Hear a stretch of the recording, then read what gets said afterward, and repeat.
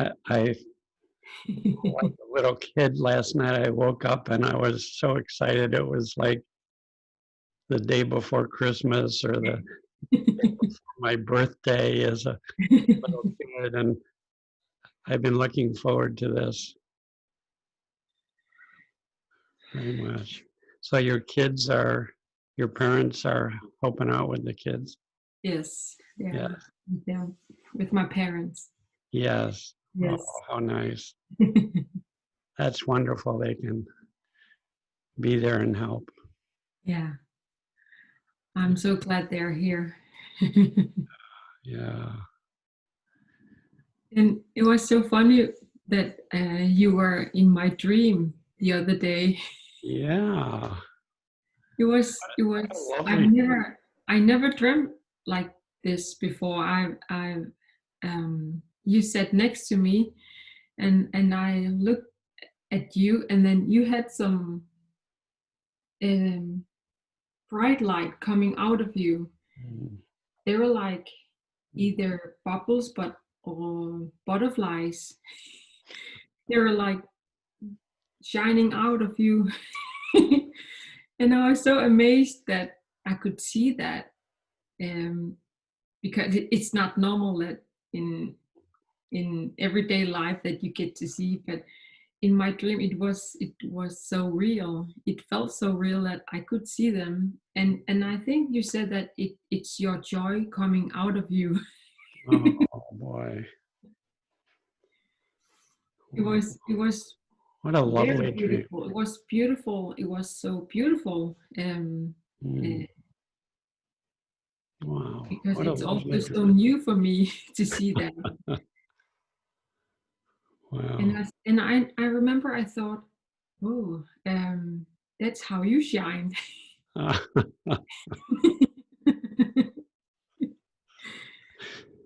Yeah. I think you were looking in a mirror. I definitely, I've read your story. I've heard your story on the beautiful seminar you did recently with Harry. And you and I had a lovely conversation. And I can truly say, Ivalo, that you are a kindred spirit.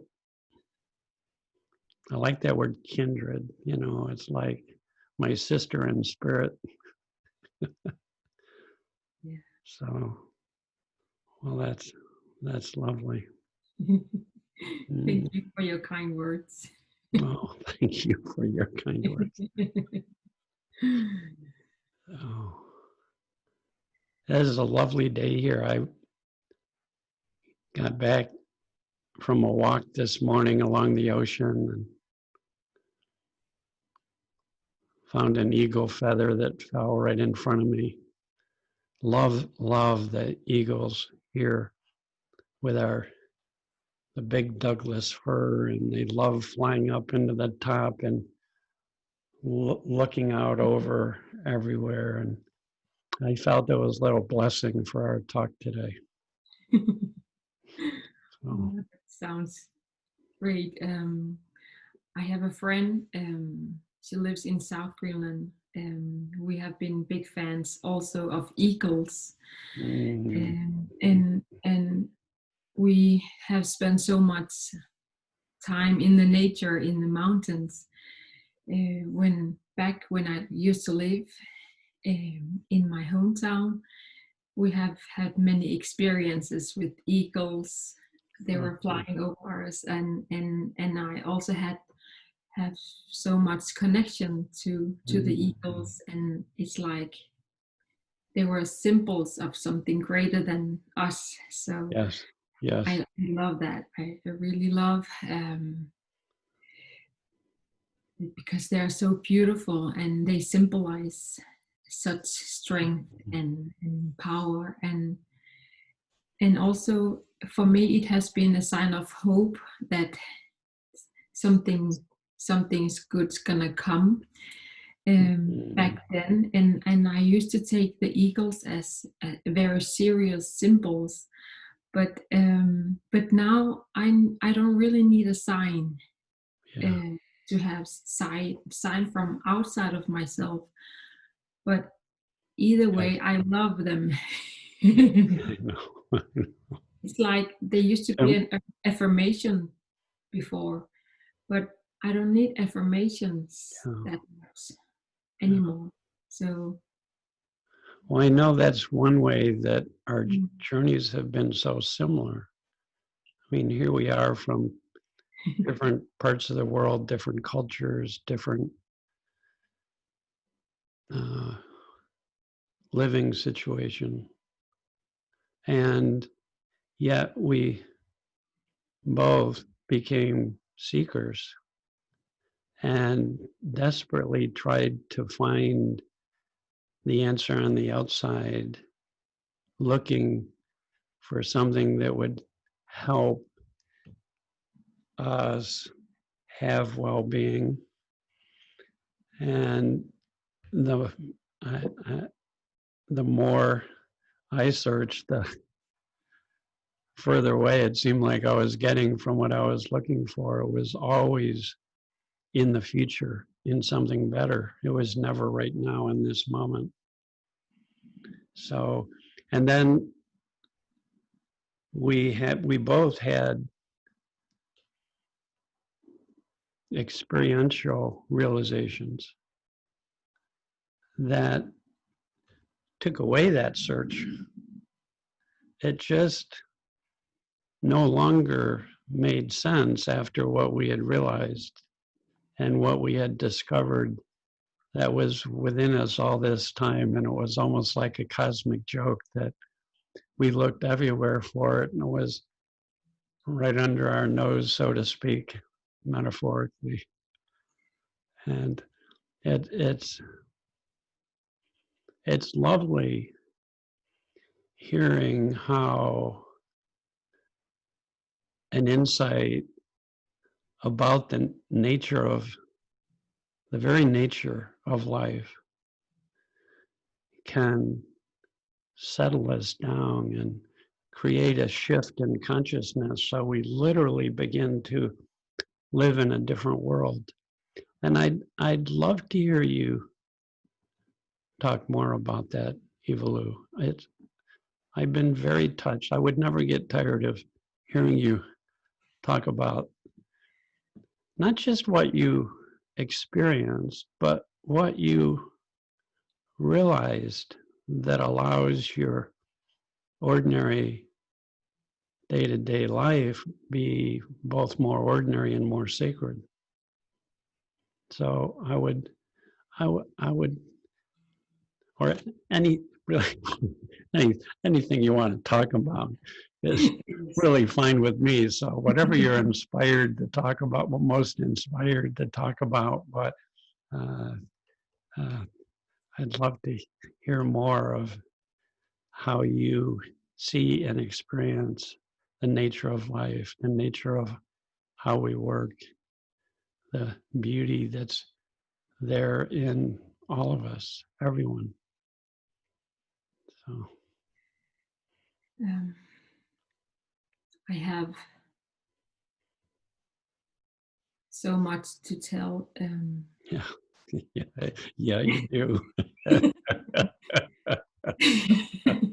And so hard to say it all because Yes, how said do, one. how do you really how do you really talk about something that's Yes. indescribable? Oh, I mean, it's a blessing. It's a transformation I have never thought I would experience. Hmm, A transformation with no effort. yeah, It was absolutely no effort to have a transformation. I think it was just only my open mind.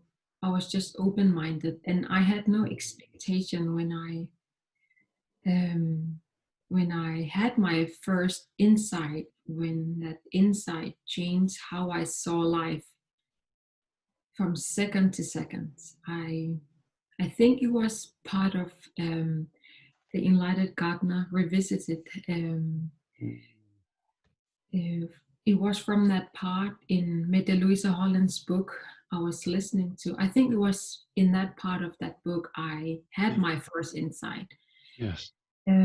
But it's I who thought that my life would change so completely. And I was so amazed that I was blown away. It was the first insight, the second, the third, the fourth, and suddenly I was in a totally different world. It was in a totally different life. And once I realized that, my head couldn't understand what happened. I couldn't put words into that. But I experienced myself as like this physical world, but also this formless nature self, or my soul was experiencing life like two experience at the same time. I was there both at the same time, and I could be in both worlds. And I saw that my husband couldn't affect me directly. Um, and I could just observe the situation. I could observe what he was saying, and it's so big, but yet so simple, uh, and I was so different. I was so different. I used to react so much with defense or with hurt or something, some different kind of feelings, but I was like numb. I was like so neutral. And so in the beginning, I was like, okay, if nobody can affect me directly, if it's all created from my thoughts, then will I never be the same again? or it was so surreal, but so beautiful. It was in that period. It's about 2 years ago. In that period where um, I have always thought that what happened in the past, what happened in my childhood, what happened in my teenage, what happened in my early 20s was part of my identity. If I have experienced traumas or sexual abuse, or where I experienced also alcoholism in family or in our community. So with those insights, I saw that I cannot experience life directly. I can only experience it through my thoughts. So I had totally different relationship with my thoughts. I was like I was out of my personal mind. Yeah. It's like I had a step back from myself, and I could watch this Ivalo, and I was not longer the same, because I have thought that I was a victim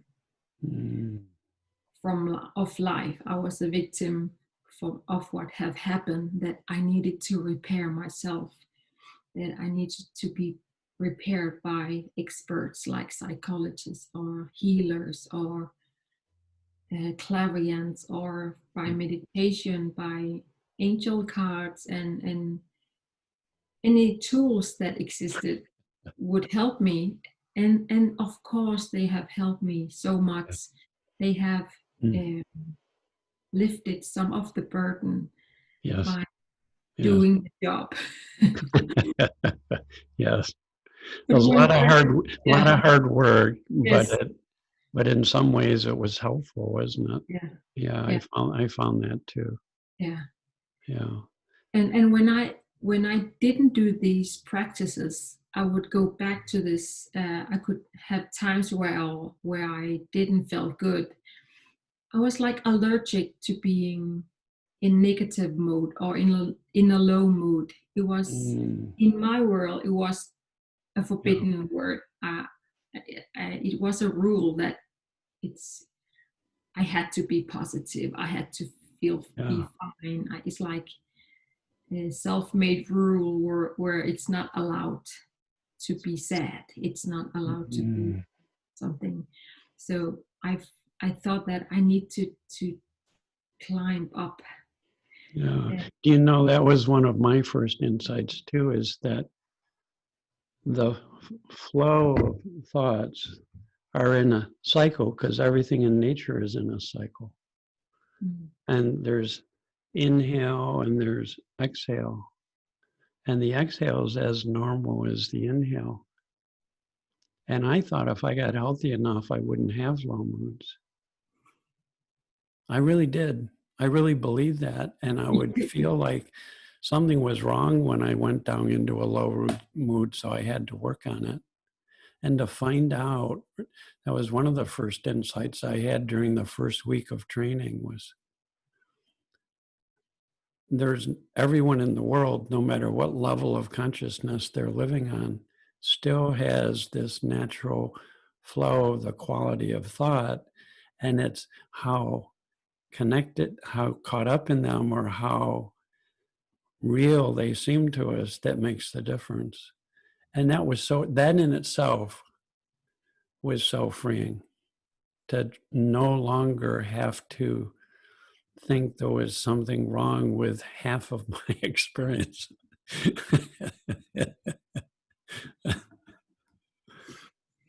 Yeah, I'm so glad you saw that one, because that's powerful. Yeah. And then how did it play out after that for you, Ivalo? Well, I have been a fan of many books, many fantastic writers, like you find in the self-help book sections in the bookstores. Yeah, me too. Yeah. That's only one of many walls.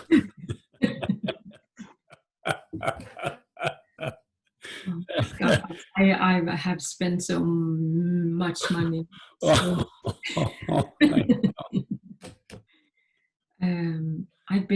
I like seeing up to other people, like writers or gurus or masters, or yes.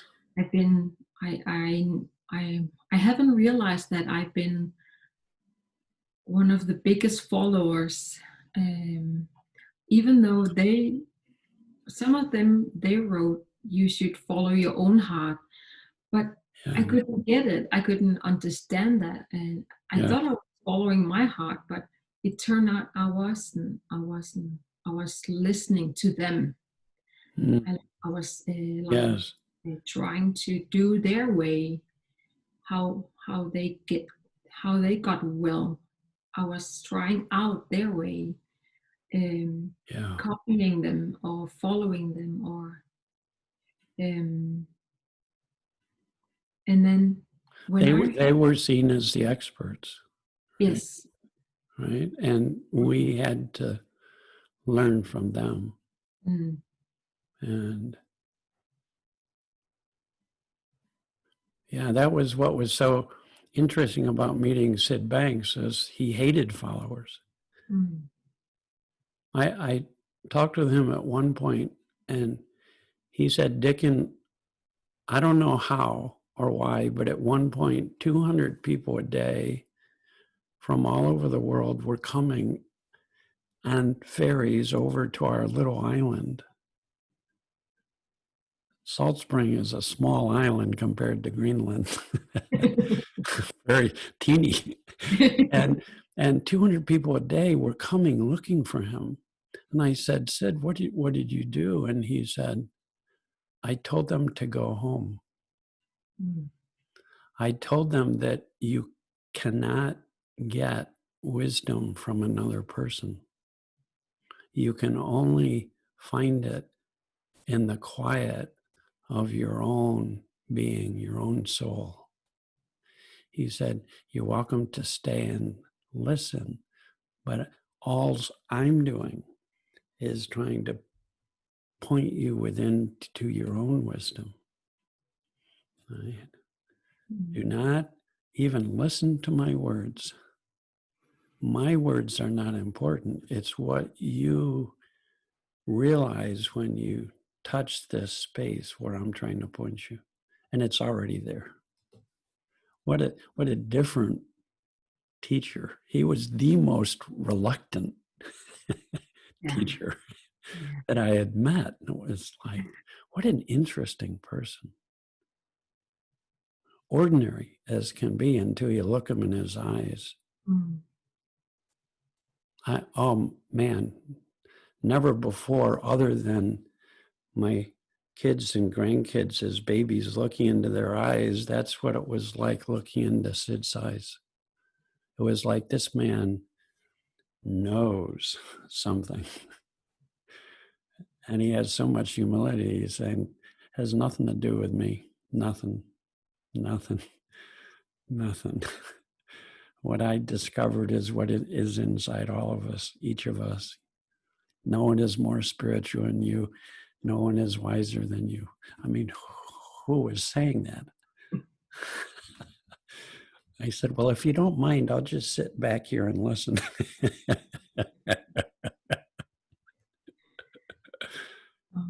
I remember one of his quotes that says that you are your own guru. Yes. And I became, yes, exactly. That's, you have your own wisdom. You have your own access. You are it. You are it. Yeah. What shifted for you or changed for you once you started to realize that you are this wisdom, and in your quiet, it reveals its secrets to you and to anybody who touches that space? How did it shift things for you, Ivalo? I felt I was whole.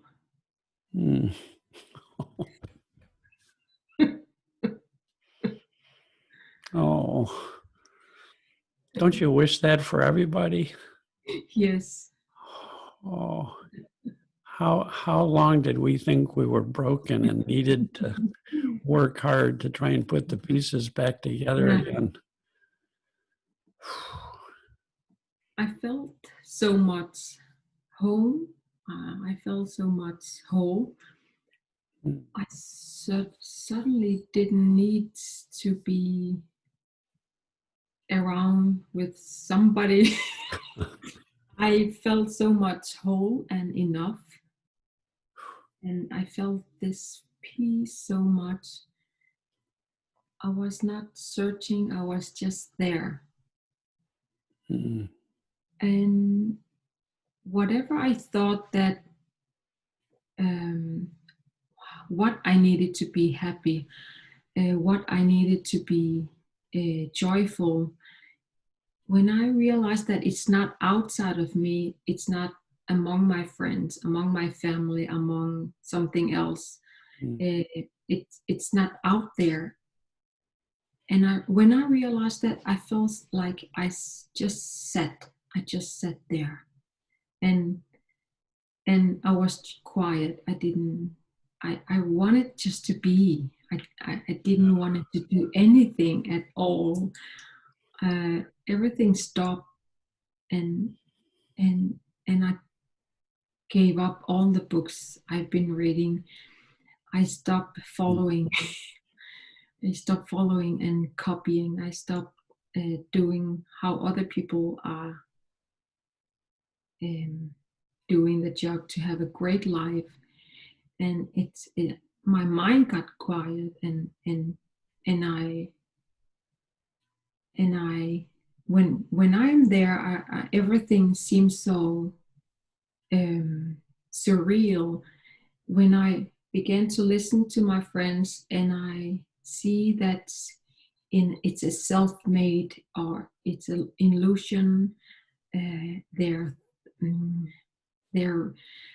reality. I could see their reality. I could see their separate realities, and Yeah. and I didn't know how to do it. I didn't know how to be that person anymore. I know. Uh, I was like reacting differently because life wasn't not longer outside in anymore. It's inside out, and and it helped me to understand that I only had to do the deep listening. Mm, I only had to just listen and to be there, and not try to explain them what I have experienced. yeah. Yeah. Uh, so I only had to just be there, but it's a new person to be in that uh, situation where everything is fine. Because I realized that I have been the biggest victim, Mm, and I have been a master of being a yeah. victim. So Yeah. I Yeah. had to get adjust to this new way of seeing life, that all is well. Mm, all is Pri- well. Yeah, prior to, when Mm, I used to do affirmations, yeah. positive affirmation, like saying I am well, Yeah. always, always well, always Yeah. well, always well. But it's not really all is well, like here You in don't the, feel yeah, well, although you're trying to say it and believe it and yeah, yeah, convince yourself that it's true that you are. Yeah, yeah, I did affirmations and all of that was one of the many things I was doing. Yeah. yeah. But I didn't know what to do with my angel cards. I didn't know what to do with my tarot, my books, my Yeah. um, and then because I know they were just noise. They were Yes. noise, and it's not me. It's not. Mm, Yeah. they could be the guides, but I have had this relationship where I looked them as the ones that will give me the answers, Yeah. but they are not. Right.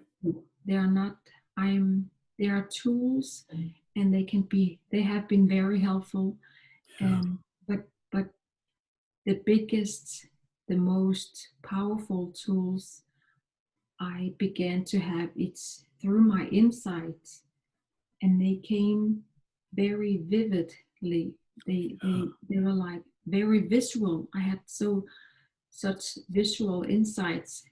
So it can be very small insights, but also very vivid and visual, and it's so amazing um, when that happens. So um, and everything just changed, and I also knew that my soul has never been broken, and I don't have to work hard to love myself Yeah. because I am love. I don't have to work hard to recover my inner child Yeah. because I am okay. I have been always okay. I have only just made up that because what happened in the past had damaged me. It's just a belief, Yes. and it wasn't longer true for me. So Yeah. You found something deeper than beliefs. yes, Yeah. Truer than any belief. That's so beautiful. This, I wish that on everybody, Ivalo, the glimpse of wholeness, just a glimpse changes our life.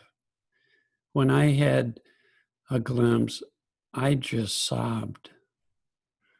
And my first thought was, I've been trying so hard, like I was meditating 4 hours a day. And all of a sudden I realized if I already have it, if I am it, why would I keep looking to create anything? And I just I literally stopped seeking in that moment. The moment I realized my wholeness, my soul is pure spirit, and it's connected to the infinite spirit. And you can't damage spirit any more than you can cut a sword through the air and damage it. So there's a part of me that's never been touched and damaged by all the things that happened to me growing up. And I'm part of, I felt like my whole life I had thought I'm a little wave, and I look out and I see great big waves, and I want to become a bigger wave. I'm comparing in my head all the time, and I'm very insecure, and I want to grow. And so I take the seminar on how to become a big wave. And then I notice a wave has a curl, and I got to take the curling seminar. And then that one has rainbow coming off the curl. That's a longer course. It's the advanced course. I gotta take that course. And I meet Sid Banks, and all I heard him say was, look down, look within. You are the ocean. And I burst into tears. That sense of wholeness. And what happened when the instant the search stopped, I felt like I just fell out of my old self, the way a butterfly comes out of a cocoon. I just fell into this beauty. And without doing anything, I found what I had been looking for. And it was right here all along. It was immediately, there was presence and openness and a quiet that's indescribable, so beautiful. And not just the absence of noise, but a deeper quiet and a feeling of connection, just a feeling of connection. And then after that, every time I heard Sid talk, I would drop into a space that I cannot describe, but it was just this. And it was like, there's no me and I'm still here. I loved how you said that. Just like I could so relate to that as both. Sid called it the best of both worlds. You're experiencing the connection between the two worlds, so they become one. So neither is a problem. And there's this emptiness and fullness. There's this stillness and this movement, this dance of spirit energy that's just participating in this silent dance. And what a blessing, and what a feeling. And the word that has been coming to mind of late is intimacy. Just an intimacy. Like, I look out at the tree and it just feels like that's kin too. And the birds, it just, I never knew it was possible to experience the sacredness of the ordinary. I just thought it was maybe in some lifetime after, I was doing 3-week silent meditation retreats. I was gearing up for the 3-year silent meditation retreat. And like you, I had this, and I came home and I took 17 grocery bags of books to the library. And I took about that many more out to a Dempsey dumpster and threw them in the bottom and covered them with a rug, because they were advocating, as happened in the 70s, getting in touch with your upset feelings and catharting them and bringing them into your life and your relationships. And I'd never wanted anybody to read those. It made no sense. No sense. No sense. So it was a fresh start. Yes. Fresh start. What a relief. What a, relief. yes. I still feel a relief. It doesn't go away, that relief. Relief, release, Yes. letting go. And it doesn't mean I don't begin to get involved in my thinking in a way that it starts seeming real again. But at a certain point, the feeling of that compared to the feeling of presence and relief and release and aliveness and love brings me back home. Mm. Sid says, if you really see thought, it'll bring you back to the now, bring you back to this deeper sense of well-being that embraces and includes everything that flows through us.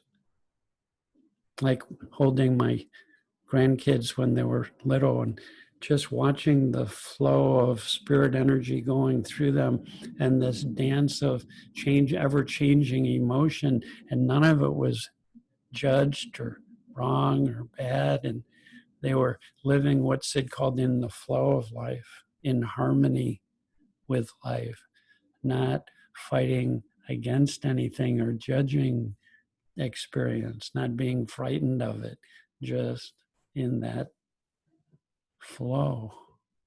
So no wonder that Tibetan Buddhists call it newborn consciousness. Or you could call it Christ consciousness or Buddha consciousness or our soul or so many names, but none of them, none of them can do justice or can even come close to describing that experience. Mm. Oh, it's so amazing. It's my mind cannot understand that even today, even though I had insight and I had these realizations, my true nature, but still today my head doesn't say what. But I know, but I know it's true. and it's amazing because when I look back how I was before I stumbled into this understanding, and I worked so hard to develop my self-worth. I worked so hard to Yeah. feel equally with everybody, or so because of my beliefs were that I am worth less, less than. I felt so less worth, and I believed it so much. So I worked hard, very hard to improve my self-worth. So, and I didn't know how to be angry. I didn't know how to express my anger, and I just tried to be angry, or I was like, I didn't know how to do that. Because I have made those rules that you should be angry in that way, or you should set your limits. I had those images of how to do the good job or the right way. The So right I stumble.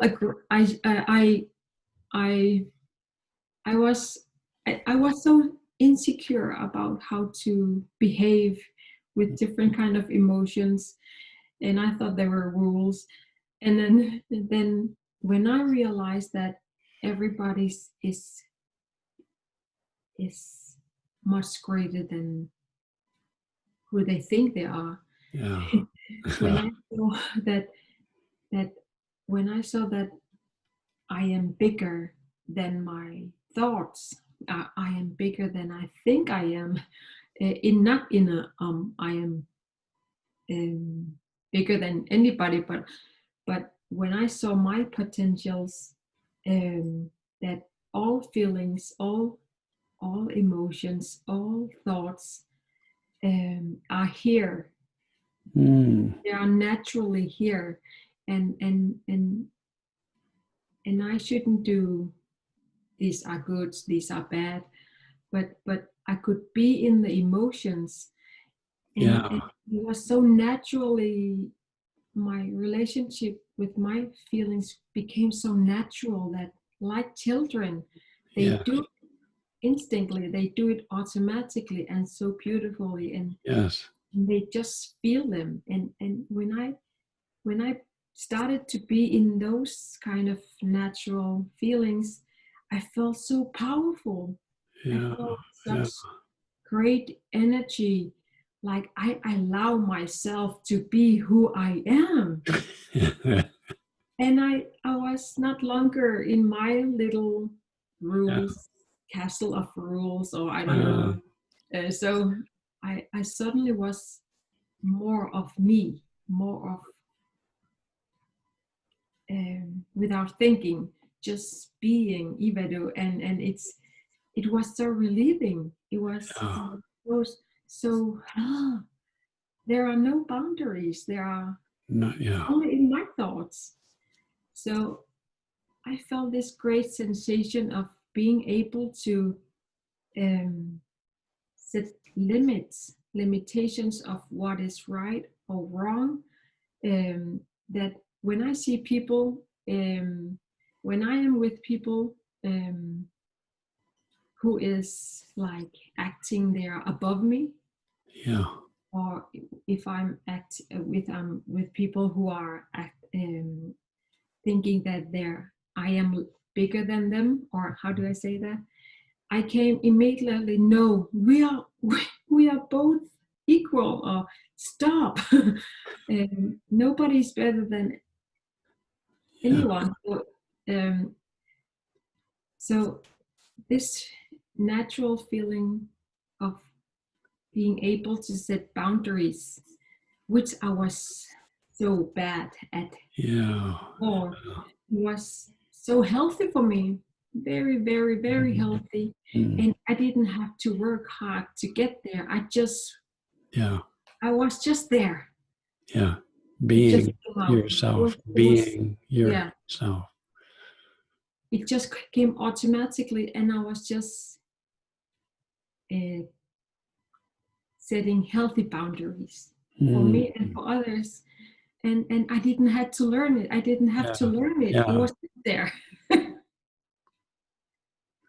So important. It's been so surprising to me that when we try to follow memory, what we've learned Yeah. in rules, we're all over the place. It's very confusing because every rule or concept has an opposite. Mm. So I would become very confused about should I or shouldn't I? Should I say this? Should I not say that? Should I do this or that? And always just confused, which would get me trying to figure out even harder what was right. I figured one of these two had to be right. I have to figure out which one should I do this or this. And one time listening to Sid right here on my couch, the way I listened to Sid was almost like I'm taking a little nap. I heard him in the middle of a talk say, you have to go beyond all concepts. And I don't know what happened. It was like I got hit on the head with the wake up hammer.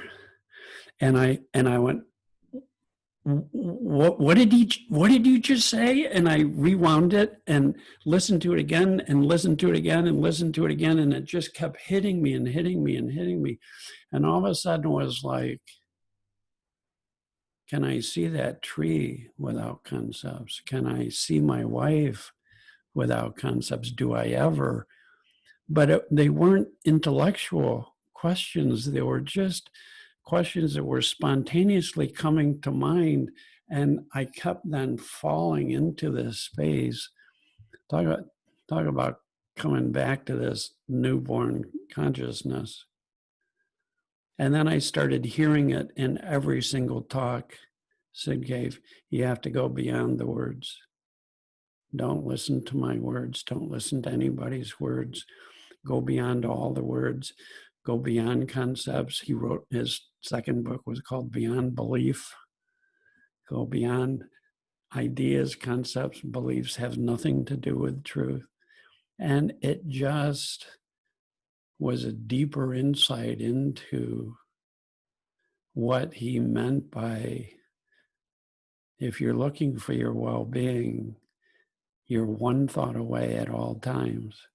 And I used to think about, what could that thought be? What does that mean? Is it this or is it that? And then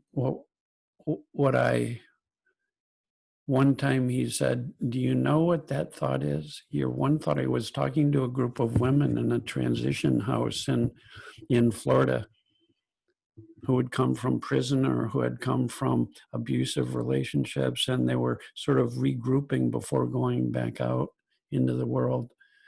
And he said, you're one thought away from well-being. You know what that thought is? The thought of thoughtlessness. And again, I got a sense of when he says his very last talk before he died, he put it all together. He says, let me again tell you what every human being in the world is looking for. And then he used every metaphor, that talk, the ultimate answer. Oh my God, one of the most beautiful talks I've heard, because it just put it all together. It's sort of like we wake up out of thinking that burdens us into a state of no thought. And he says that doesn't mean you don't have thoughts, but they're free to flow without meaning anything. They're all neutral, the impersonal. It's so funny to feel things without it being personal. And there's the state of no thought, and then he says is a space, pure energy, spiritual, formless, within, pure consciousness, awareness free of the contamination of our conceptual mind. Our senses wake up. No thought, our senses wake up. Then our heart wakes up. He says it's always, truth is always found in silence and a feeling. You put it all together and it was just, so that's it. This is what I now call presence. Sid says it's all thought, and what we're looking for is presence, which is always characterized by this free flow of thought and experience, newborn consciousness, the senses wide awake and wide open, not focused and concentrated on things, and this feeling of intimacy and connection with life. Where Sid says, this is a journey of love that starts with love and ends in pure love.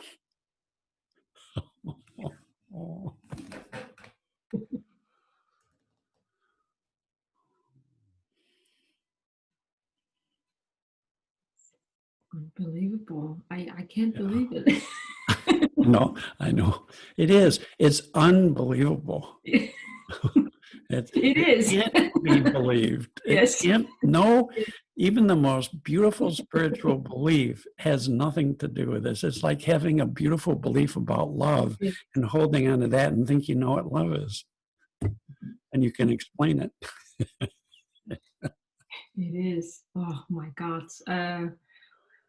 When you were talking about space, most of my insights were on space, up in the universe, Oh, above. but tell about one of those, because they're so, oh my God. Oh my God. I used to do meditation or visualization where when I wanted to ground myself Yeah. to the inner core of Earth, I used to imagine that my chakras, Yes. I was like calm, and I tried to do from my root chakra. I do imagine that I'm going down to the inner core of to the earth, and then I make a hook, or I don't know, I attach myself. Yes. So Yeah. it's kind of where to visualize, so I can be in the present Mm, mm. or in the now, or that I can have earth connection, so I can be here and now. So I used to do that when I feel I'm not having a crown. So it was after my first insight that I tried to do that visualization, Mm. and I tried it, and I thought it will work as normal as I used to do, but this time I couldn't do that kind of visualization because I became formless. Mm. Um, there are no place to get attached or to find this. Yeah. Nothing to hold on to. No, no. Yeah. Yeah. And then I flew from Earth out of Earth, and then I was in the space, and then the Earth became small. There were many small Earth, and they were like balls, Mm. and they got into me, my body, and like the size of my other chakras. Yeah. But they came out again, and then I was like, what's going on? uh, and then they said, and I remember asking, I need to have my fundaments, I need to Mm. have my basic, or I need to have this, because I have built this fundaments, my life, um, my identity, the things I've been working hard to have a great life. What about that? I need my fundaments. I need my Yeah. grounding, or my, and then I got an answer. Um, it's never lost. Mm. It will always be there. If you need that, you can take that back. And it's there. I gave up my identity. Yeah. There, I gave up my former identity. The woman formerly known as. Yes. And I wasn't longer afraid that I'm not gonna lose that. Yeah.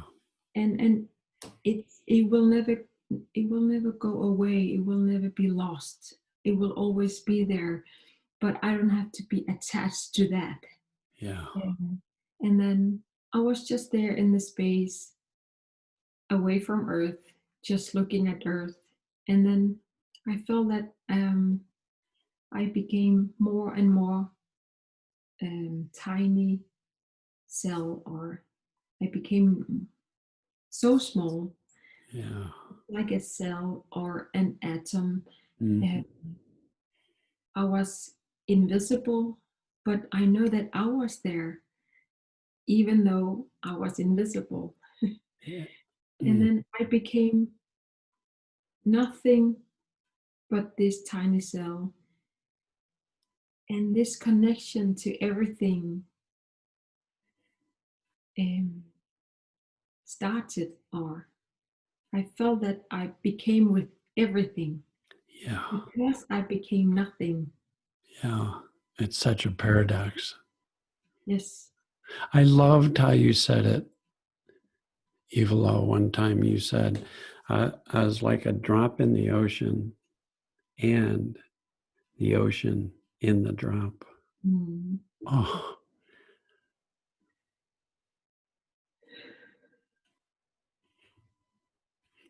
Paradox is the language of spirit. Yeah. It's both and neither and it's just empty but full. Yes.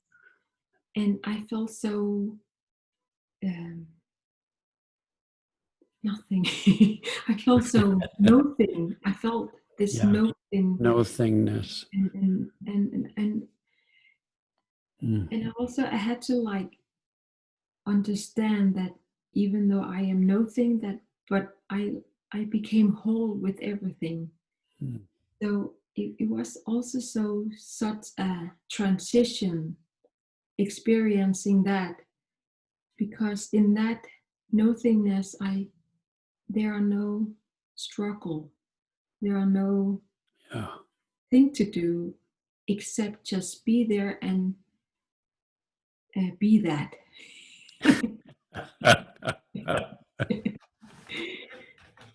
So it's like having a being told that stop, just stop, Yeah, just stop. stop. Yeah. Just stop. That's a beautiful teaching right there, is just stop. And when we stop searching, trying, efforting, looking, trying to get somewhere other than this, then our oceanness reveals itself. And it's like, how did I think as a wave I could lose the ocean? And I needed to hold on to it. And I had to affirm it. It's who I am.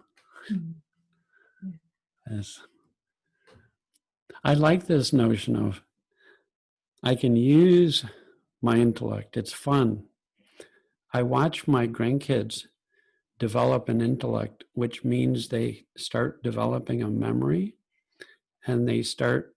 I can remember my grandson when he was like a year old sitting on my lap, and he was very active, but he sat there quietly for half an hour with me looking out the window, and every time he saw a bird, he'd go, bird, bird.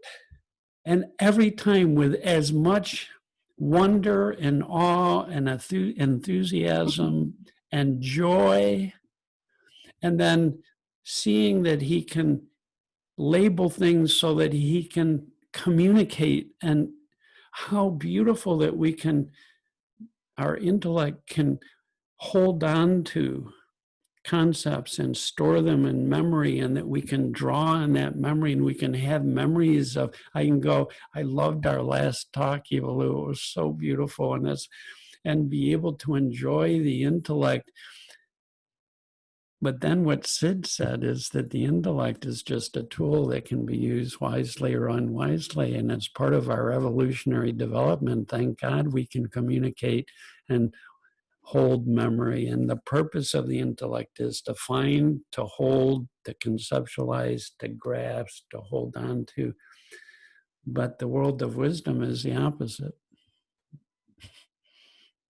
It's then when I start misusing my intellect, I'm holding on to thoughts and ideas and beliefs that start creating tension, stress, and upset.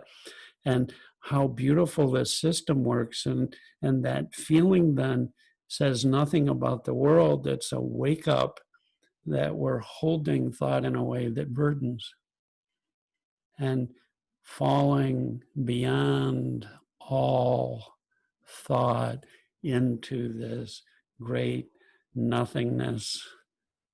And then the experience of coming to our senses and coming alive and experience our hearts open wide, and we start embracing and allowing and accepting. It's just a dance. And then Sid says you get really good at going back and forth between those two worlds. There's no conflict. And when in doubt, wisdom knows when and how to use the intellect wisely. The intellect can't figure out how to use itself wisely, and the intellect can never conceive of anything beyond itself. So falling out of my intellect, I fall out of shoulds and judgments and rules and beliefs of limitation, which every belief is, into an unlimited, open, full of possibilities, full of the new and fresh, which one time says that that's all we're doing is we get stale when we get caught up in old thinking, and we can only find the new by letting go of the old. And then we discover it's always right here, the new and fresh, the eternal fountain. And it's always, always creating new and fresh life. Oh, I wish that for everybody. I know. Everybody. Well, I love how it's spreading now in more ways than we realize. That's another thing that I learned from Sid, and I had a very, very powerful insight about that, is that when we fall out of self, we fall into this unified space, field, energy, spirit. It's all one, it's all whole, everything is a part of it. And it's like, and my insight was, it's like an ecosystem. And so as we drop out of thoughts that burden, and this divine wisdom lifts our spirits and allows new and fresh to come through us into the world, we are literally raising the level of consciousness, not just of ourselves, which begins to immediately have an impact on the people around us, our friends and family. Oh my God, my family, just loving presence alone changed the ecosystem of our family. But then Sid says it also has an impact on the whole. So if one part of an ecosystem gets healthier, it immediately affects the whole. So he says, once we realize this, in a sense, we have a new responsibility to help raise the overall level of consciousness of humanity. And it's not a personal thing, it's not ego. It's when we're not there, we literally are bringing more consciousness into the world to help create a healthier world universe. I have an impact on things everywhere in the world, right? The flap of a butterfly's wing on this side of the world affects people on the other side of the world is literally true when we begin to get a sense of wholeness, of being part of a system rather than separate from this divine system. I am so happy that it's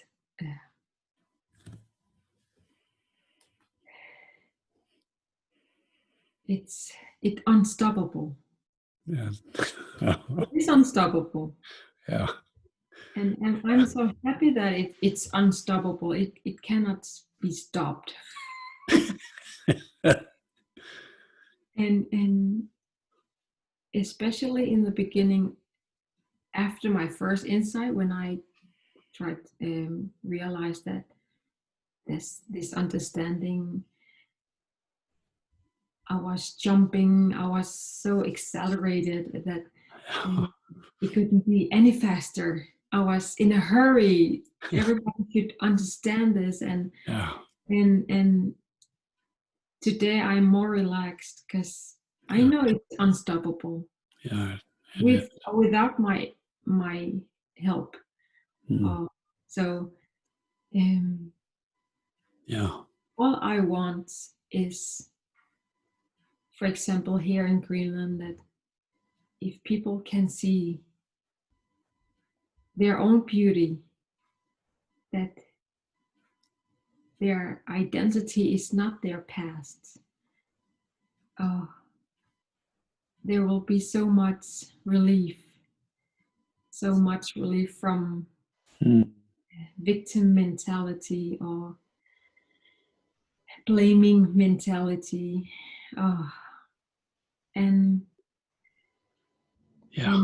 and they don't have to figure it out. They don't have to figure that out. Yeah.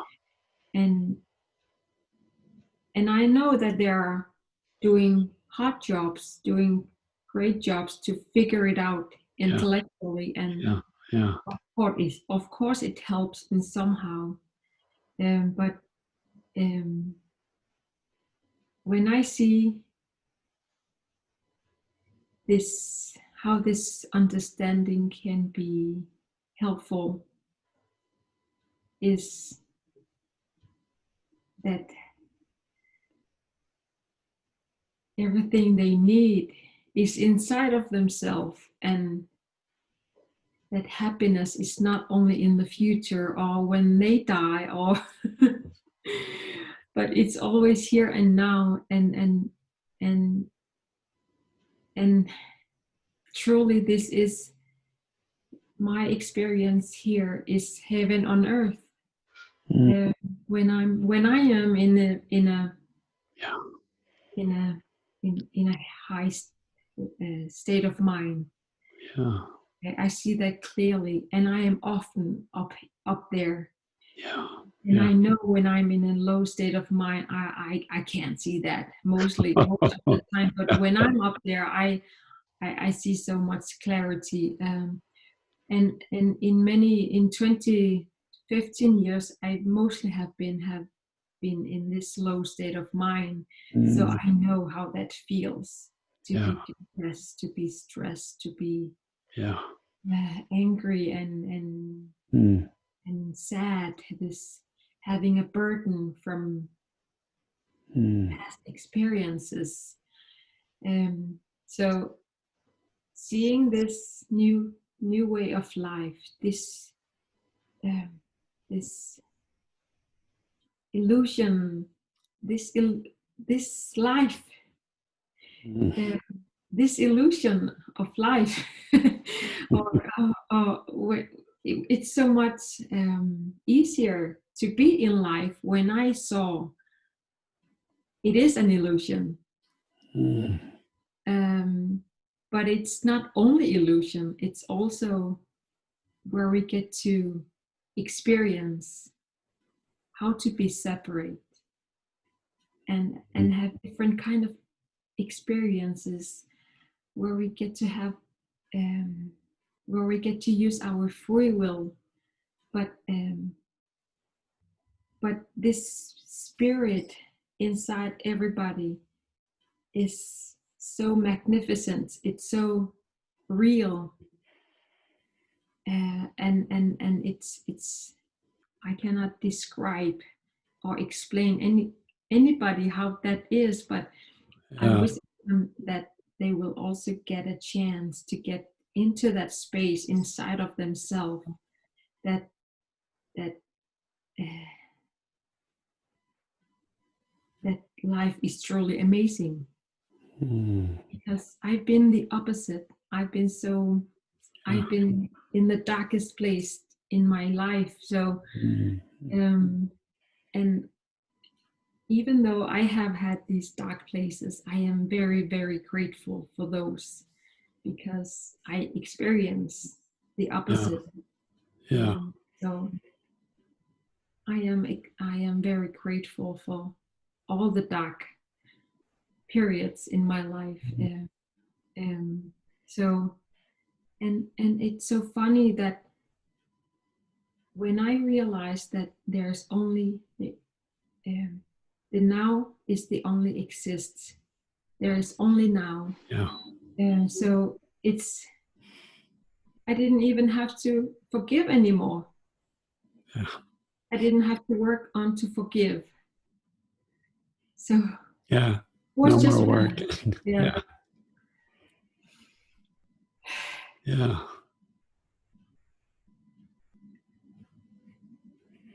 It's a very different world.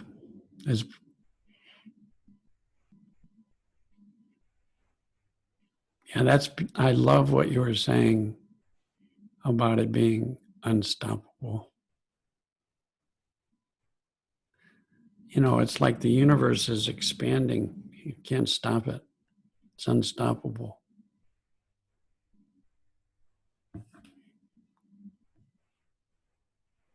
it's this stillness, and then there's this movement. In Hinduism, it's Shiva and Shakti, and they go together. Sid says all truth is found in silence and a feeling.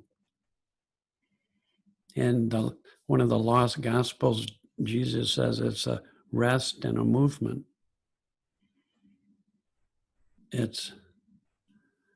And that movement is unstoppable. It's the creative energy of life. And my sense is when we fall out of holding, grasping, trying, efforting, then we begin to experience this flow of energy.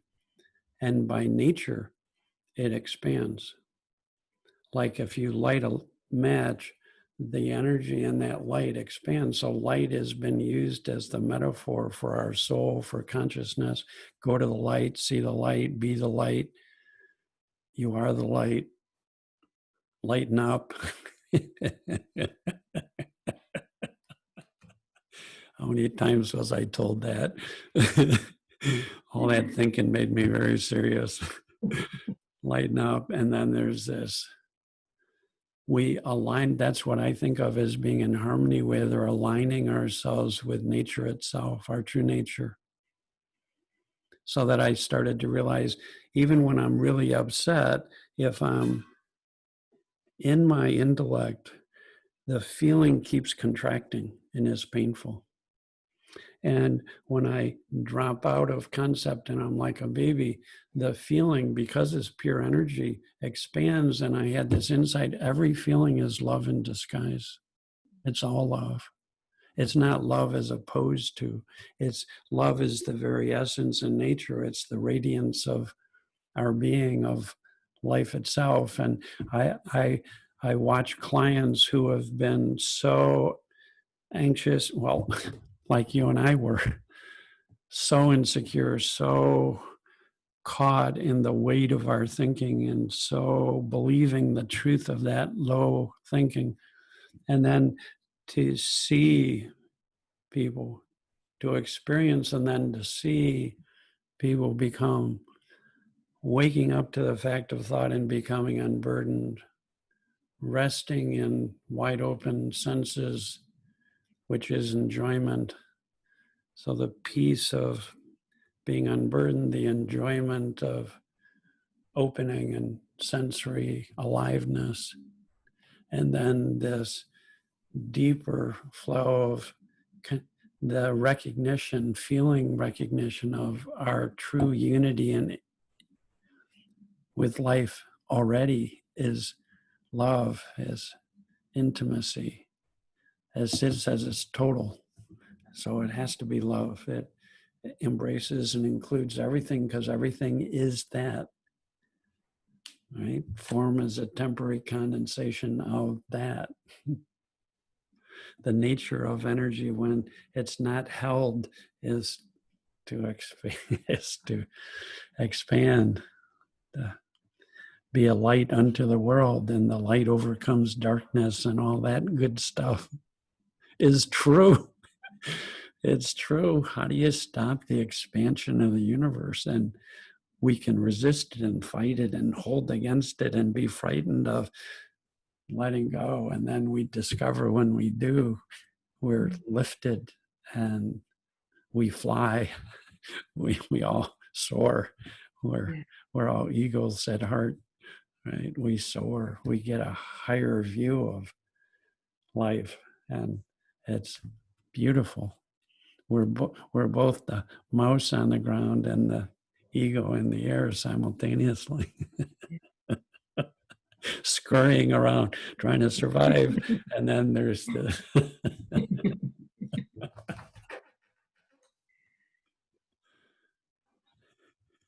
Also, so very human if we get frightened of to let go. But there's nothing to be afraid of, unless if I believe that there is something to be afraid of. So And when I just let go, I was just there in the space, or when I in my inside, when I fell from the mountain, I thought that I would land and die. I would just splash on the ground and just die. But I didn't experience that. I experienced just floating on air. I was floating on air. I didn't fall down. So I have thought that when I let go, I will die. But I didn't die. I just felt this enormous freedom. Mm. I felt this enormous peace. Uh, and it just, what? I didn't die? Yeah, that's uh, a surprise, isn't yes. it? uh, and and it was just a delicious feeling of being there, doing nothing, Yeah, and just enjoying being there, just being alive, and and and nowhere to go. I had nowhere yeah, to go. I only had yeah, to be there and experience this freedom and this um, silence and enjoyment and yeah, yeah, really presence of being there. And I could look back and see how hard work I did to create a happy life, and this another kind of experience where I saw that I already had it. mm, So this struggle of creating a happy life just suddenly stopped. And because I saw that I was there, I was already there. All I had to do was stop. Stop. So yeah. it's It almost seems like it seems too simple, and yeah, yet that's what Sid encourages. Keep coming back to this yeah, simplicity. You are what you seek. yeah. Just it lightens all of us up, doesn't it? And allows us to have all experiences without it being problematic or Mm, just ordinary in that sense. It's just freedom, total freedom, freedom to be, to feel, to experience mhm, life. And when we're in alignment with it, we never have to worry because that deeper knowing just keeps guiding us right where we need to know. And the intellect, it's not of the intellect. It can utilize the intellect, but it's not of the intellect. So we don't even have to know intellectually to be guided. Right? That's the beauty of this. It keeps guiding us. It wouldn't be called wisdom if it didn't guide us toward greater freedom, greater love, greater compassion, to see people who are suffering and to both feel and know what that's like. Who among us hasn't been caught up and held and suffered the burden of our thinking and experience, and but it simultaneously just experiencing this great love because we know that person is love whether they know it or not, so we can love them unconditionally even in their, what I call, when they're wearing their Halloween mask, right? Right, and seeing beyond that to their true self. and and it's there's nothing to do also except just be there and listen. When I meet, especially after my first time in this understanding, I was listening to a colleague who were suffering depression and Yeah. suicidal thoughts, Mhm. and I just saw her through all those Yeah. bad thoughts, And I knew I had nothing to worry. And I knew that there's nothing wrong with her. Yeah. And it was such a new experience for me, because I normally see those symptoms, Yeah. problematics, but it wasn't anymore Yeah. because they're just passing thoughts. Yeah. Yeah. And and it's nothing to do with her, Yeah. except that she was just caught up in that, and I was not worried. Innocently, huh? Innocently caught up. Yeah. And I wasn't worried. I wasn't trying to fix her. I didn't try to. I only had to be there and listen to that, and Yeah. listen to me just being there, and without trying to fix anything, but just be there, Yeah. and and and and I my wisdom said, you can mention this understanding and see, and I said, I just learned something new. Maybe it's something for you you can look at. So today she's Yeah. fine. She's Yeah. Yeah. has seen that. I think the greatest compliment someone can give us is, you really see me. Yeah. I feel seen by you. People know. When I worked with kids, they'd walk into the room with me and instantly they would know whether they saw them as damaged or as whole. Mm.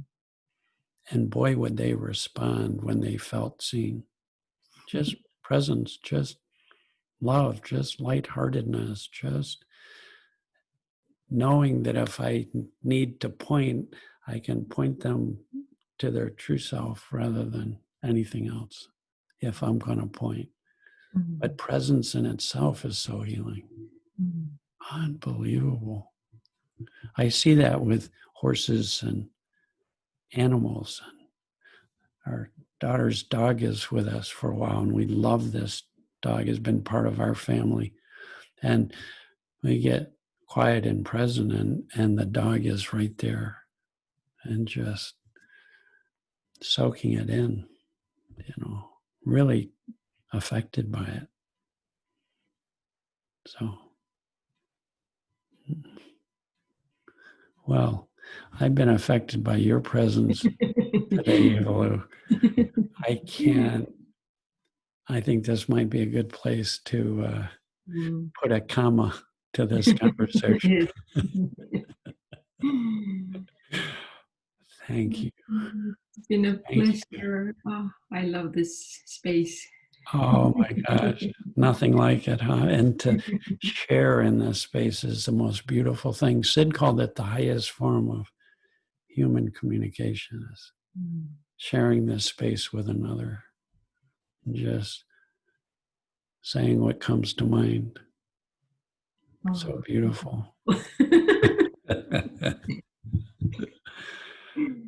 Well, thank you. Thank Thank you. you. You are lovely. This has been wonderful. Appreciate it. Me too. Thank you so much. Yeah. May we talk again soon. Take care. You're welcome. Okay. Bye-bye. Thank you.